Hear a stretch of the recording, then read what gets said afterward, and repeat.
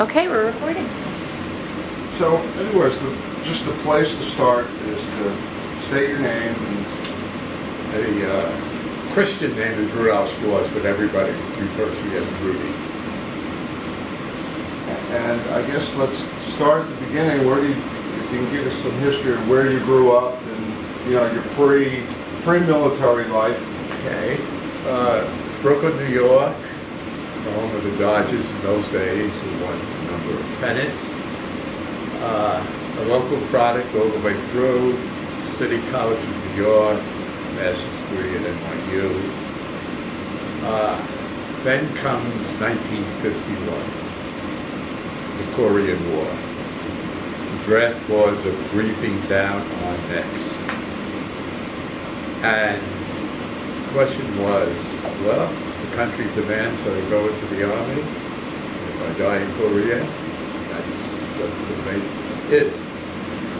But my friends and I examined every option that we could, and then we found out in 1952, if you joined the U.S. Naval Reserve with a provision that if you passed the test, you would go to officer candidate school in the Navy in Newport, Rhode Island. So 3 of us applied, all 3 of us passed the test. I passed the test easily, but there was a question about whether my teeth met their specifications. So the senior dentist overruled the junior dentist and allowed me to participate in that program. So in 1952, we went to Newport, Rhode Island. Halfway through the program, there was a question, well, did the Navy think I would make a good naval officer? Did I think I would make a good naval officer? And I decided that this gunnery work and navigation work was really not my forte. Now, the option that you had was, if you served as an officer, you had a 4-year obligation. If you served as an enlisted man, you had a 2-year obligation. So that was one thing that argued for the latter. So what essentially happened was that halfway through, they asked me if I wanted to continue, and I said no.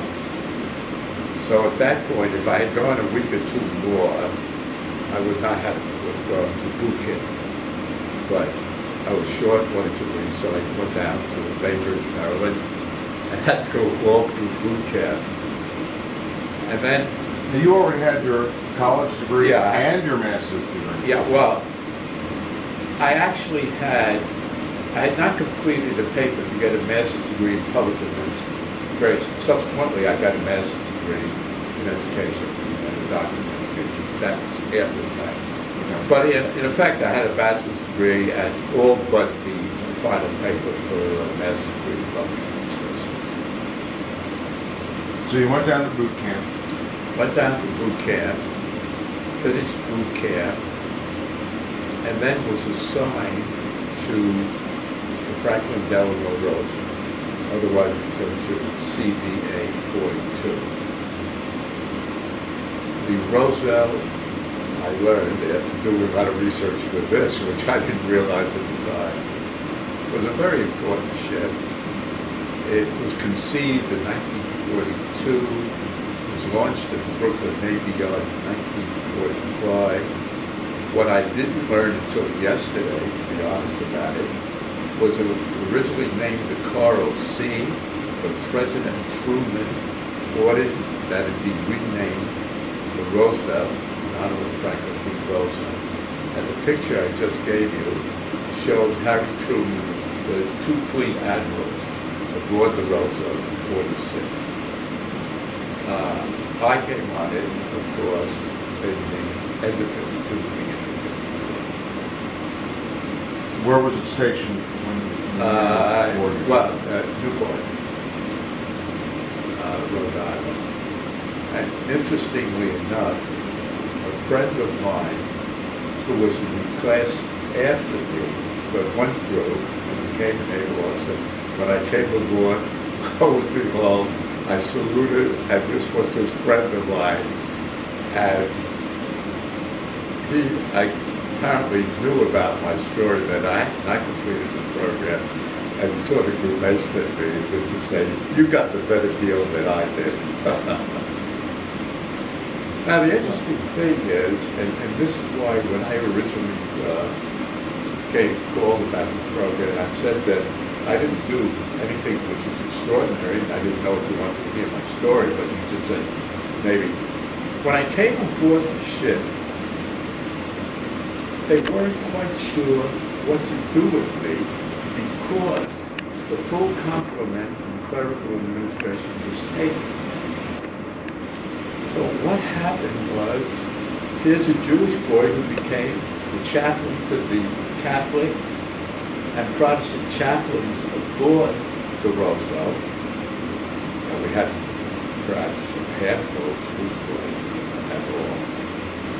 And as an additional duty, I became the ship's librarian. And this is a little story about what I did in this little newsletter.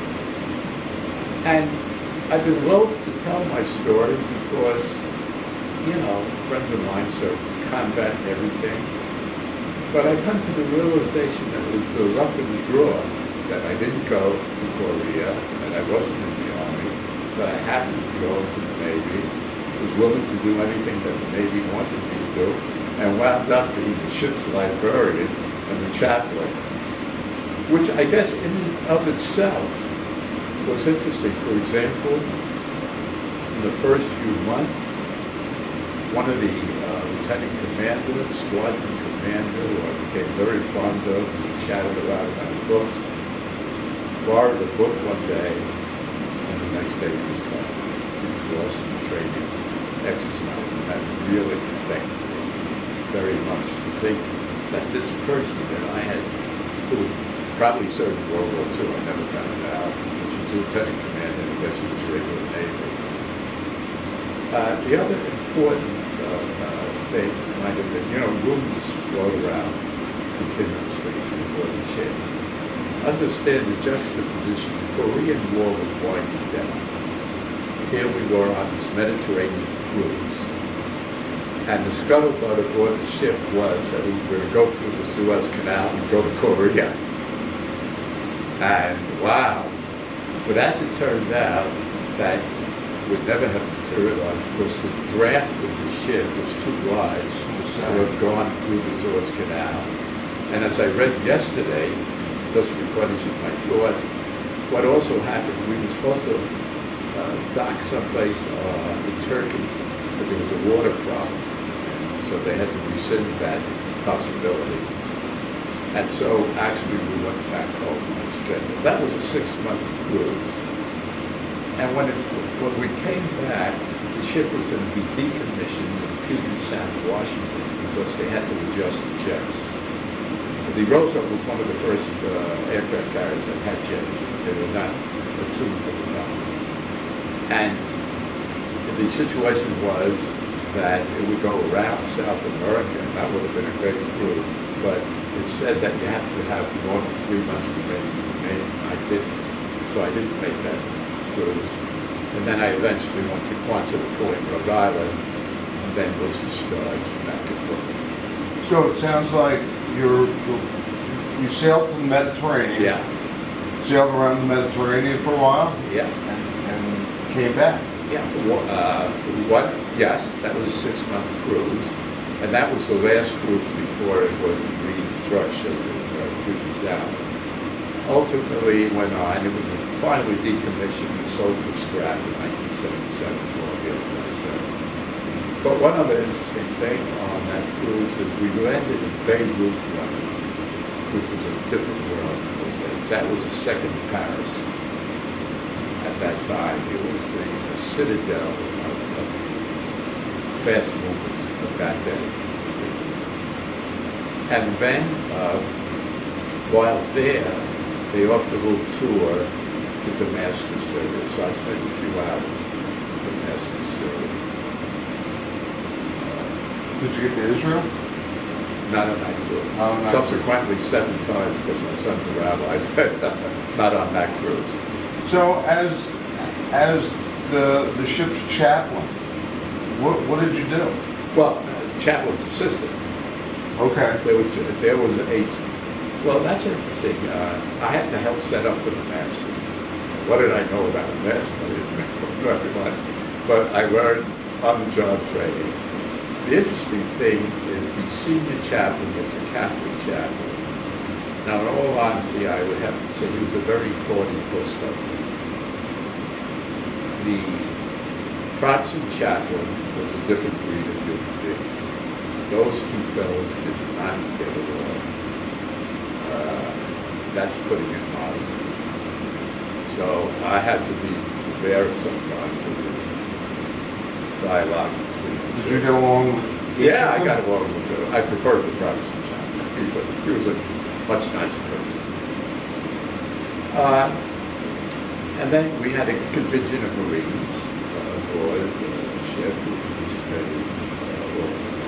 Oh, I might add, guess how many people served on that ship at one time?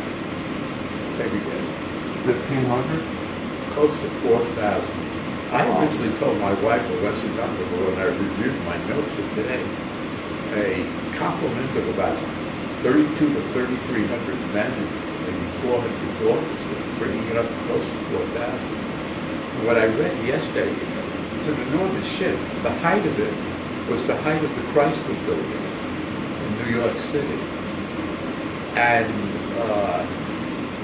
I never got to, quite frankly, because I only served close to a year, I never got to see most of the ship. And one day, I brought my wife, we weren't married yet, but I brought my wife on the ship, and I brought her a place, and I said, I think this is how I get here. I was sort of embarrassed that I really didn't know my way around the ship. I never went underneath the ship. So where was your area on the ship? Well, we had administrative offices for all the clerical duty, the personnel were they in the tower? Not in the tower, below the tower, on the main deck, a little close to the main deck. The other thing was, now that I think of it, what was difficult for me, and I had very sensitive ears, we didn't have earplugs, and the warming of the jets on the deck, I think to this day I have a little hearing problem due to the loud noises on the deck. You couldn't avoid it. So I feel sorry for the people who actually were on the flat deck because they were subjected to noise all the time. And I forgot if they had earplugs. They probably did. Probably did. They probably did. So while you were, I guess you're on maneuvers. Are they flying every day? Not every day. Strategically, they were on maneuvers.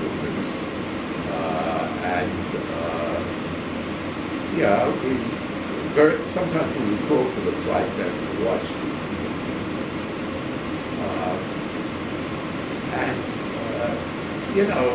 The idea was that the ship was there as part of the Sixth Fleet in case there were any emergencies that arose. And as I say, the juxtaposition of the winding down of the Korean War and where we were, the idea was that it was conceivable that the ship might be deployed from Europe to Korea. So when the Korean War ended, were you still in the Navy or? The Korea, I just reviewed my notes the other day. The war never ended. There was an armistice in 53, which I think still stands today. It does. And that was the summer of 53. We were still on our cruise, and that was the reason why the thought was that we might go to Korea. But then that was abandoned, and then we came home. And as a matter of fact, I think we came home a bit earlier, but the amount of time you had to serve was reduced by 2 months because they didn't need as many personnel. Right. I guess as the war wound down in Korea. So were you hoping to go to Korea? No, you mean hoping Some. while I was in the Navy? Right. No, I was perfectly happy to enjoy the Renaissance in Europe. I mean, well, let's be honest. You're patriotic to be you said that you want to do and serve honorably in whatever facet you want. But given the choice between being in Korea and being in the Mediterranean, that was a no-brainer for me to be in the Mediterranean. And we saw the several ports. From a sociological point of view, I might point out, the reason I brought this picture is there were very, very few blacks or Hispanics aboard the ship in those days. And I cultivated the friendship of this young man, I forgot his name and everything, even brought him to a synagogue in Gibraltar, which was a mistake because the Torah was in French and Hebrew, and I don't speak French. So I brought him with me, and I wondered what he thought when he saw me totally confused. And on another trip, we did take several trips. One notable trip was Athens, Piraeus. And then I went eventually up to Salonika, northern part of Greece, which was very interesting. We went to the French Riviera. We went to the eastern coast of Italy, Bari, which is not the part of Italy that most tourists go to, the western part. So that was very pleasant, and they made it their business to offer these trips. So, you see, it's a non-combatant sort of situation. That's why when you interview, whoever did the interview, Joe Diamond, a World War II, a very good friend of mine, you know, he went through hell. Through the luck of the draw, I didn't. And that's why I was reluctant to come originally, because I thought the honor should go to the World War II veterans. But I guess I played my own role. Everybody's got their own story, and you've got it exactly right. It's the luck of the draw. And I think that's one of the things we're finding out too. Yeah. Is that, you know, some people, the guy we interviewed last week, whose name I don't remember. I mean, he was, yes, he was assigned to a ship that took forever just to get commissioned. And by the time he was commissioned, it had sailed to Europe and the war ended. Yeah. So they sent him to Japan. By the time they got to Japan, that war had ended. Now, for example, if the senior dentist had not certified me, and therefore I would have been rejected from the program, I would have probably wound up in the Army, could have very well have wound up in Korea, and be on the memorial in Atlantic City for the Korean veterans. So when you came home, what did you do? I married her. Yesterday we celebrated our 59th anniversary. Congratulations. My parents were immigrants from Europe. Neither one of them went beyond the 6th grade. My mother was barely literate. She was a wonderful woman, very intelligent woman. Always wanted me to be a teacher, so I could have the security. Where were they from? Poland, the old Austrian-Hungarian Empire prior to World War I, which was Poland. Well, eventually I went on and I got my master's in education. I got my doctorate in education from NYU. I taught on the high school level and I was an adjunct professor at a Catholic college right next to the military academy at West Point, which was very interesting because this was the first group of blue-collar workers' daughters who had an opportunity to go to college. And one of the reasons they went there was to wind up marrying West Pointers, which did occur.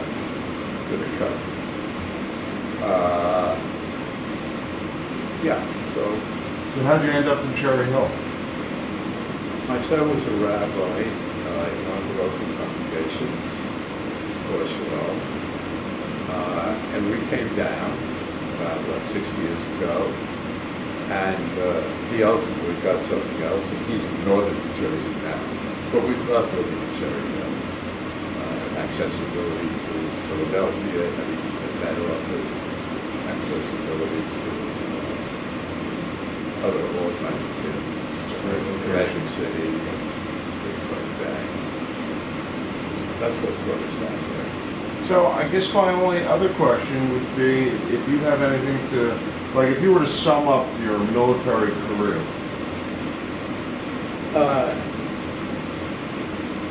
It was a very fortuitous opportunity.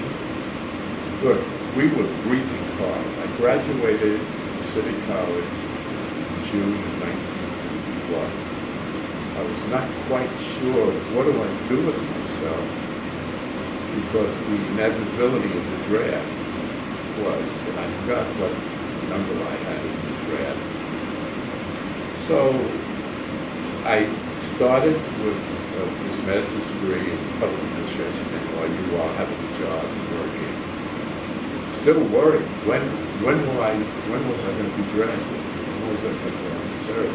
And then fortuitously the opportunity to get to the Navy, that option that I explained to you before.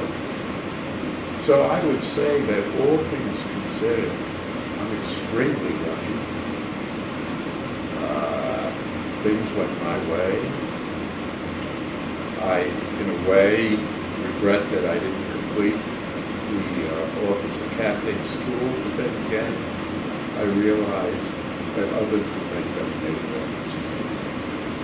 I didn't think that I was particularly talented in that area, and to have served for an additional 3.5 years in that capacity, I did not think served the Navy well or something. But all told, I did what I could. It sounded like it was a good experience. It was a wonderful experience for me. I mean, where else would I have gone up and down the Mediterranean?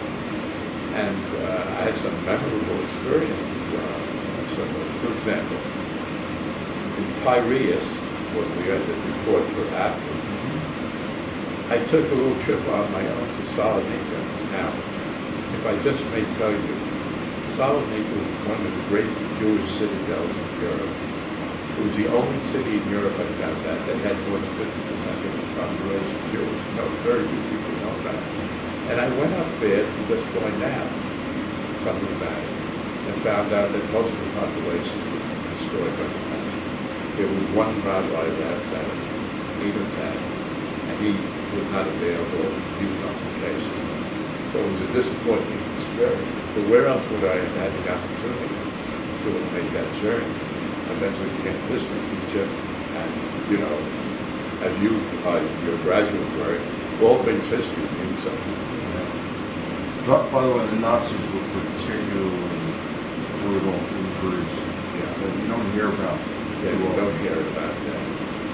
The highest percentage of Jews that were killed was Holland, somewhere in the neighborhood of 95%.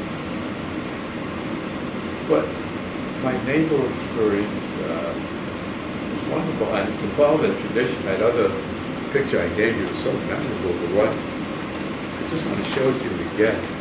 This one, just how I think 2 5-star admirals aboard the Roosevelt, the 2 senior naval heroes, iconic figures, aboard with President Truman to rename the Coral Sea, which was a midway-type carrier, to rename that in honor of Roosevelt, who was a hero.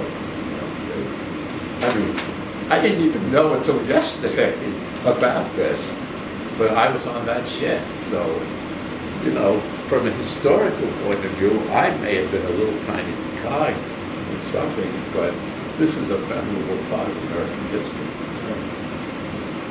So when was the ship decommissioned? It was finally totally decommissioned in 1977. I read a sulfur scrap. So it spent time in Vietnam, I'm sure. Did it go to Vietnam? That's an interesting I think the question. 6th Fleet was in Vietnam. Yeah, it might have been. It might have been. Yeah, I lost track of that. I did go to the... Oh, this is interesting. They had, I read yesterday, 22 reunions. I went to one in Frederick, Maryland, but I hardly knew anybody. I was gonna say, Hardly see nobody anybody from you the know? ship that I was, when I served. I mean, these were people who had served from 46 on through the 70s. So, this definitely is part of Americana, and the story I'm telling is more about the ship than me. All right, well, it was interesting. Everybody's little piece is interesting. Right. Sure, so I hope this makes a contribution of some sort. Absolutely. I mean, I talked to my dad, who was also in the Navy. I mean, he's passed away now. I used to talk to him all the time. And he never saw action either. But, you know, just, you get some ideas about what it was like. You know, most of the time he was bored out of his skull. Just because You know, you're the on ship. people in the administrative department, I particularly remember a very nice red-headed fellow who's very popular, very well liked by everybody. And I had a conversation. He came from the rural part of Colorado. I mean, a small town. He told me he had to go 100 miles to go to a movie. And I was just flabbergasted. Here's a kid from Brooklyn, urban area, in the same compound as this fellow from rural Colorado. And I got a real feel for what it was like to have lived in rural Colorado, say during World War II. You wouldn't have gotten that anywhere else other than No the how, military. nowhere could I have had that experience. He was a particularly fine person to begin with. So I think one of the things that we're seeing also, in talking to all you guys, is that there's definitely a growing up and a change of life. Even if you didn't see action, your life was never the same. I mean, Absolutely, certainly. absolutely. Well, for example, I had always, as I told you before, my parents, particularly my mother, always encouraged me to find the occupation that would give me security and benefits of being fully employed in America. And there was no question that I would go on to further education. And of course, having the GI Bill, I got my master's and my doctorate at practically no cost. And so you asked me, did I benefit by the service personally? Absolutely. And, you know, I hope that veterans of today get the full benefits. But by and large, the crew was a nice cross-section of America. It wasn't close to 4,000 people on one ship. I'll tell you one little thing I never told you before, because my life probably thinks I'm talking too much.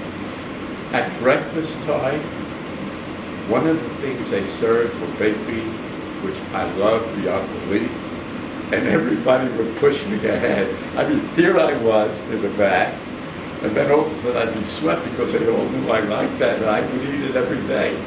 And most of these fellows would endure it because they just cared for it. So that's a little trivia of nothing, but it was interesting. How was the food? Good. Good. And then you could buy all kinds of things on the ship. I'll tell you one thing also, the mail's so cheap. Postcards were, my wife sent me a postcard, it was a 3-cent postcard. She was a senior in college, and I have to admit to you that I helped write her term papers in political science while I was aboard the ship. So she owes me something. So I used to hear stories that there was a lot of sports going on aircraft. Yeah, we played Basketball, particularly- boxing. Yeah, a lot of basketball. And very often it was Marines playing in the Navy. The Marines had their own private. I have actually a picture of a Marine being on it on the ship. Yeah, So were they- this was the ship's newspaper. This very distinguished Marine, going to get all kinds of medals. I was surprised when I looked at that. This was a very nice publication that was done over here. Oh, with 4,000 guys. That's the size of Yeah. a small college. Yeah. Right. Yeah. This is a wonderful little publication. So that's about it. Any questions, anything to add? Anything to add? One little short story. When the ship came into New York, we were not engaged, but we had been going with each other for a while. And when it came into New York, Rudy said, "Would you like to see the ship?" "Yeah, sure." And he said, "And I'm going to ask my mother to come too." So here I was, and I was going to meet his mother and go on the ship. So in those days, you got dressed with a suit and a hat and gloves, very formal. And we get on this ship, and there were no elevators, and you had to climb these ladders all the way to get any place, and I was with high heels and a hat and gloves.